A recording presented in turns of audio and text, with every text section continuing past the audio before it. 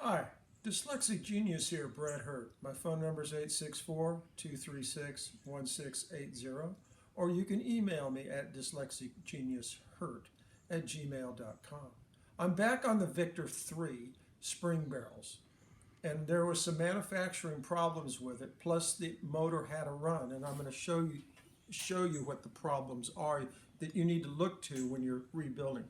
First of all, cleanliness is next to godliness, and you want everything clean. You want to get all the grease and everything out.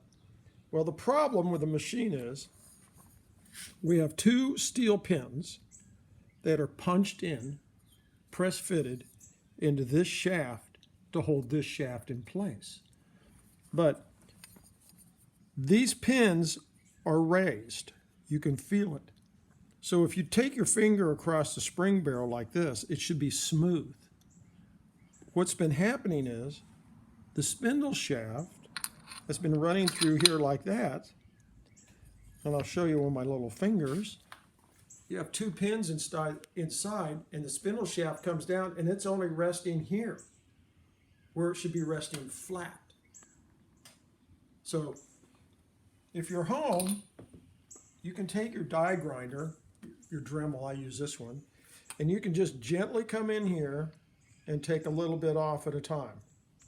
Okay, just get it down below this surface just a little bit. And it'll seat a lot better. The other problem is,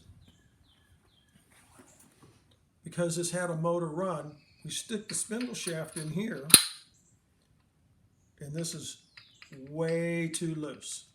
Everything just got worn out. Because when you take a phonograph apart and you pull this shaft out and you see no oil or grease, you know nothing's been done to the machine. And you can see the wear marks right here on the spring barrel number 1 with the gear that this is worn. I'll have to fix all this. The other thing you can do is if you're rebuilding and you're using the silicone grease I talk about all the time, because there's no way to oil this, you want to pack this full of silicone grease.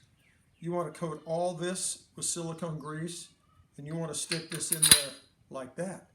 Your spring barrels are packed with the silicone grease, and that never goes away. So now you've lubed the spindle shaft in this shaft here where they fit, and you won't have a problem. If you have a little bit of play, that's okay. But this is way loose for my taste. So I'll fix this by building 2 bronze bushings on either side, because this shaft is 3/8. One on each side? One on each side. What are you going to use? I'm going to use this material. This is called bronze bearing material. And when you machine it, it comes out real shiny and smooth. It has oil impregnated into it. It's really cool stuff. Old metal lathes back in 1900s, all the way up into the 50s and 60s, the lathes, spindle shafts, where the chuck is, those were in bronze bushing material, like in a South Bend lathe. Just things I want to point out, and that's my tip for the day.